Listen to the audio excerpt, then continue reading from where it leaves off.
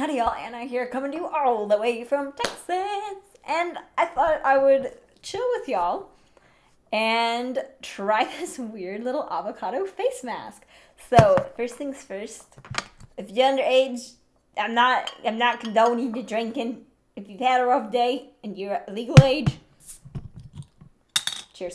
Also not sponsored. This is just, I got a full case of this for volunteering for like a polio charity.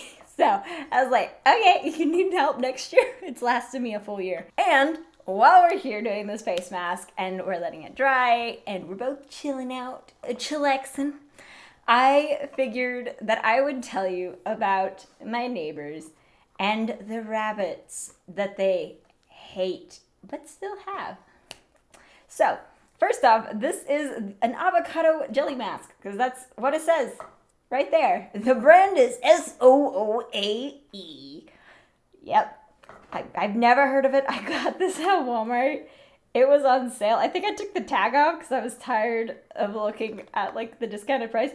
Oh, is that supposed to be there? Okay. So I opened it and your boy's here. Why does that smell like baby powder? It smells like pure baby powder. I don't do a lot of face masks, but the instructions on this clearly read, after cleansing, prep, and refine your skin texture with a toner. That was a sentence. Then it says, liberally and evenly apply. Mask all over your face, avoiding the areas around your eyes, and let it absorb. Rinse off thoroughly with warm water.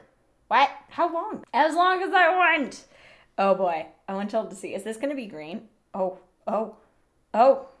Okay, there we go. Had to get my big nail in on it. Oh, this was a baby powder. What's that? I don't think I've ever regretted something like this so much. That's like, it's not as firm as I was expecting. Also, hi, I didn't bring a mirror. I'm really good at prepping. Wow, this doesn't go on the skin very green. I was really expecting it to be green. Okay. I can deal with that. I don't know why, but I always have really bad bruising around my eyes. I think it's because I aggressively itch them. That could definitely be it. I'm going to put it there. It says thoroughly and evenly, right? Liberally. I read it the first time as literally. Literally apply it to your face.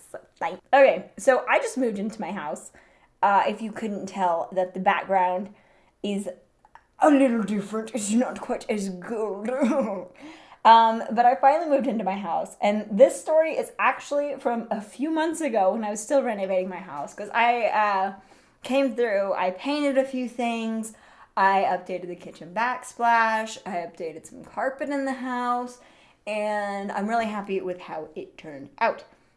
And that's good. How many uses does this thing get? What? That was literally, and I have skin on my face that I used it on. Lots of it.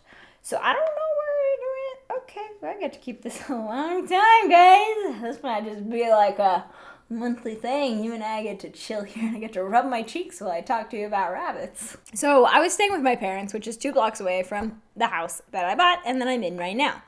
And this was a few months ago, and I've basically like 3 neighbors kind of. I have next door, and then like one across the street. I don't have any behind me. Nosy neighbor. Very nosy. Like, I imagine she has binoculars and she just sits in her front room and goes and watches everyone drive up and down the street. I wish I was joking. She, like, repeatedly has told me, oh, that green car, and you know, last week there was a blue car that was speeding. And I was like, thanks. And then the one across the street is also super, super nosy. Anytime I'm outside or I have anyone over, her and her husband conveniently are outside doing some work. And they'll glance over at us and be like, oh, no, we're just picking up some leaves. I'm like, I bet. And lastly, my neighbor's this away. And they are from Austin, which, if you don't know anyone from Austin, Texas, they're odd, especially if they're like from Austin and then they're like, we're gonna move to a small town in the middle of nowhere.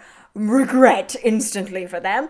But they did. And they have 2 kids. And at the time, they had posted on Facebook, hey, we're going to be going out of town for some reason. We need someone that can like watch our dog, our 2 rabbits in the house. And so I kind of messaged them and I was like, hey, I've never taken care of rabbits before, but it can't be that difficult. I mean, they're cute. And I volunteer, to help take care of the rabbits while y'all are gone. And she was just like, oh, that would be great. We would love that. Thank you. And then I like didn't hear from her for a month. And I like messaged her and I was like, did you find someone else to take care of the rabbits or did you still need help with that? And she was just like, oh no, we just haven't gone on our trip yet. And I was like, oh, okay. Like, hit me up, just let me know. So finally she's like, hey, we're going to be going out of town in 2 weeks. And I'm like, that was a lot of buildup for 6 weeks. Like, okay, good for planning on you. Now, I want you to know that the neighbors, they have 2 kids, like I said. One's a little girl, one's a little boy. And the little girl is stinking adorable. She's very sweet. She's very cute. And what she would do when I was working on the outside of my house here is she would come over with a little baby stroller and she would have her rabbit in the baby stroller. So that's why I knew like that they had rabbits, that they were cute rabbits, and that they were pretty tame rabbits. So I was like, I can do it. They're not going to like bite my hand off. I'm okay. And so I was coming to my house pretty frequently and I hadn't heard anything from her. And I think it was like the Thursday before she was supposed to be going on the trip. She still hadn't told me how to take care of the rabbits. She'd never contacted me to take care of the rabbits. So I was just like, I guess they died. So I went over to their house one day, that Thursday, and I was like, hey, do you still have the rabbits? Do you still need me to take care of the rabbits? And she goes, yeah, I do. Yeah, thanks for reminding me. And I was like, yeah. Then she's like, okay, bye. And I'm like, how do I take care of your rabbits? And she's like, oh, yeah, I'm so sorry. So come in the back and I'll show you. And so I go in the back with her and the rabbits have their little hutch and they're all happy and they're both in there chilling. And her little Boston Terrier is in her arms and she's just talking to me. So she shows me where the food is. She shows me where the water is, like where to get the water. She shows me how to open the cage. And like then she just starts kind of talking to me. And it's not bad. She's a talker, I will admit. She's definitely one of the talkies.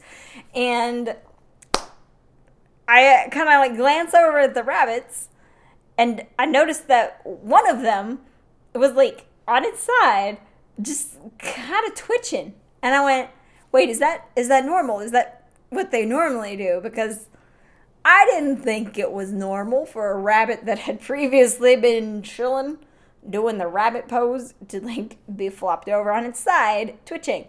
She goes, oh yeah, that's fine. She's probably just tired from when we had them out and we had my dog, the little Boston Terrier, and my friend's mini Australian Shepherd here playing with them. And I was just like, yeah, I think I'd be tired too. Because I don't know why, but I have like a distinct memory when I was little of like Animal Planet, where they were talking about like trying to save this kangaroo and that they didn't want to stress it out too much because if you stress out like rodents and that kind of stuff, they can overheat and die. And that was kind of like in the back of my mind. And then I'm like, she knows her rabbits. She's had these rabbits for a year or two. Like, she's good. I bet they've done it before, even though that's weird and I would never personally do it myself. And the little girl is kind of noticing as the mom's talking that the rabbit's not doing exactly great, is a little too tired, if you know what I mean. It gets to a point where the twitching of the rabbit just kind of stops. And the little girl is definitely paying attention to her stopped rabbit now. And I'm like, hey, kid, can you go get me X from inside? And so she's like, yeah. So she like runs off and I like turn to the mom. I stop her mid-sentence because this entire time she was just talking. She didn't care. And I was like, hey, I think something's wrong with the rabbit. I think it might have had a seizure. She's like, oh no, it's fine, I bet. And I was like, I don't think it's okay. And before we can check the rabbit or I can convince the mom, your rabbit's not doing too hot. the little girl comes back and then goes, why is Twitch not moving? What's wrong with Twitch? That's the rabbit's name. And I'm just like, oh no. I'm like, please just be sleeping, be the tired rabbit, please. So the mom goes, well, it's fine. It's nothing, but let me just check. And I'm like, oh no, this is going to be bad. And lo and behold, the mom opens the little rabbit hutch, whatever, and kind of like pokes at the rabbit and is like, are you okay? And when the rabbit doesn't move, she kind of like pushes it. And the little girl at this point is watching with teary eyes. And she's like, but I watered it. I fed it. I made sure it was okay. The mom's like, So the mom like picks it up. And this poor rabbit is dead. And I'm just like, oh my God, no. We checked over that rabbit when she had it in her hands. It didn't have any blood on it. It didn't have any bite marks on it. So she's like, well, it doesn't look like the dogs actually got a hold of it.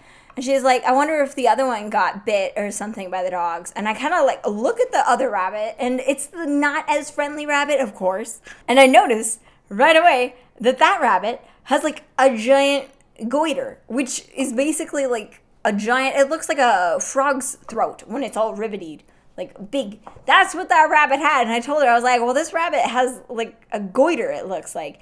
You might want to take it to a vet to get it checked out. She turned to me and she said, we got these rabbits for free. We're not going to spend any more money on them. And I was just like, oh, Lord. I was like, yeah, I think it had a stroke or a seizure or something. And Mom goes, yep, that's unfortunate, while having the rabbit in her hand.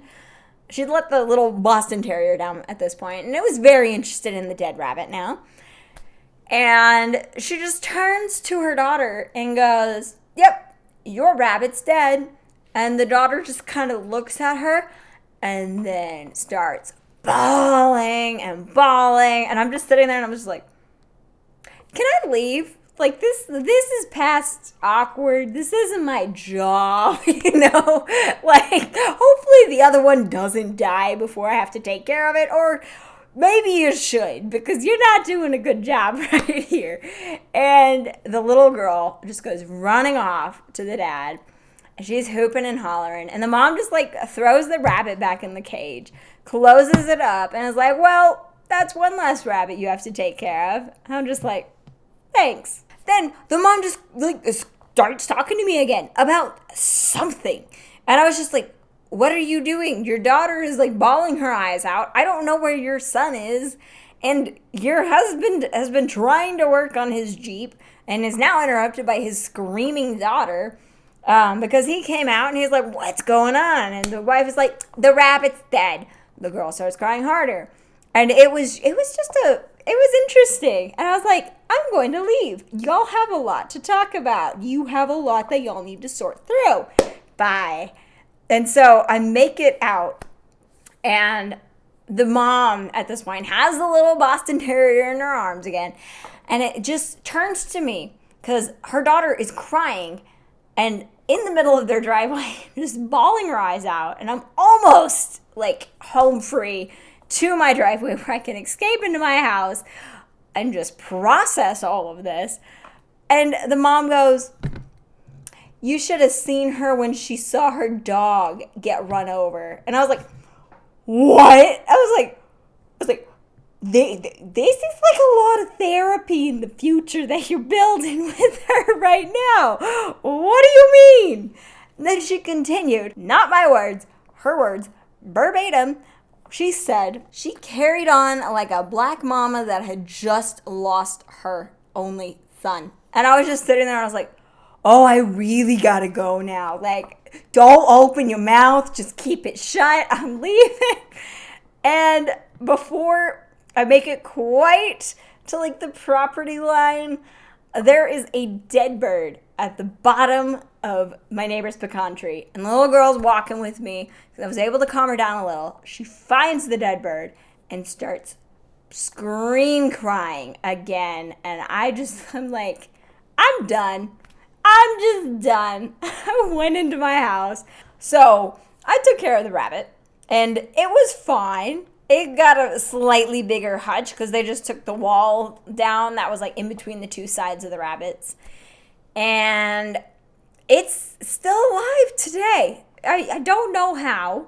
Might not be alive when you're watching this, but this rabbit is one of the, but they were like the worst owners for this one last rabbit. Like, they do not like this thing at all. I was really afraid when Twitch the rabbit died that they were just going to like destroy the other rabbit or get more rabbits. And I was like, please don't get more rabbits. Please don't get more rabbits. Well, they didn't get any more rabbits. They basically stopped caring for the other rabbit because this other rabbit, about a month after Twitch the rabbit died, this other rabbit, I don't know its name. I don't think they even named this one. I think they're just, it's just there. But this other rabbit, the last rabbit, it's a white, super white. It's got the red eye. It's kind of like what a magician would use to pull out of a hat. And it's just a stark, white, like, size rabbit with red eyes. And about 3 weeks before I moved into my house, this darn little white fuzzy rabbit just decided, you know what? I don't want to live the caged life anymore. And it got out every single day. I don't know if every single day it was going back, but it basically like lived in my shrubbery in the front of my house for the longest time. I have text from me sending it to the father, me sending it to the mom, being like, you need to get your rabbit out of my yard. You know, this isn't my rabbit. I don't know how to take care of a rabbit. You know, my dog will eat this rabbit. And I'm afraid that one day I'm going to come to my house and there is going to be a bloody white rabbit on my driveway from one of the feral cats or one of the foxes or one of the other animals that are out here in West Texas getting a hold of that rabbit. And they were like, oh, we keep trying to contain him, but he just keeps getting out. I'm sorry. Oh, we're out of town for a full week. Have fun with our rabbit. I'm just like, what? So, I had a rabbit. I had this darn little white fluffy rabbit. It's not even the fluffy ones. I had this darn white, angry, goitered rabbit just living in my shrubberies, digging holes under my fence, into my backyard. And I finally snapped. I was like, go to Tractor Supply, buy a decent cage, keep it in your house, keep it out of my yard. I don't care. The last one's the only one that has to happen, is keep it out of my yard. It's starting to damage my property. And they were just like, we'll fix it this week. And I was like, good. Like, otherwise this rabbit will find a new home and it won't be with me. How are you? To top all of this off, I recently moved into my house about a week ago, and I had an encounter with my neighbors just, in the driveway, just talking. They were like, oh, you've moved in. Have you brought your dog yet? I was like, oh, no, not yet. I want to get things situated at my house, get my smell in the house so she's not just like, where am I? What is this place? Before I bring her over. And they're like, oh, well, if she does get a hold of the rabbit, that's okay. She'd really be doing us a favor. And I'm just like, what? Like, what do you mean? This is your animal. Take care of it or get rid of it. Like, don't put that stress, that emotional burden on someone else killing your rabbit I was just like, I've got to go. I'm leaving. Goodbye. And then I saw them this week. Because I had to repair the fence between our yards, and they paid half of it, which is it's standard for home ownership, at least out here in Texas. And they told me, they're like, yeah, somehow our rabbit's still alive. And I'm just like, I think it's your curse. I think your curse that God has given you, or whatever deity, or whatever fate you believe in, is just like, give them a white rabbit that is just the worst creature for them and let it just run amok. So yay, that is the story about my neighbors and the rabbit, now just one, that they absolutely hate. Also, I don't really know about this face mask. It feels like a little tacky. Sorry, I was like processing. I was like, whoa, I'm feeling both sides. Don't overthink it, kids. It's a little sticky still. It's absorbed though. It's not like where I can do this and get residue on my fingers. It's just like a slightly tacky, like a primer. So that's interesting. What does it say to do? It says to rinse off thoroughly with warm water. So let me just read the top 5 ingredients for you. Water, glycerin, alcohol, methyl propanidol. Oh God, if it's longer than 4 letters, I can't read it. Oh, gelin gum.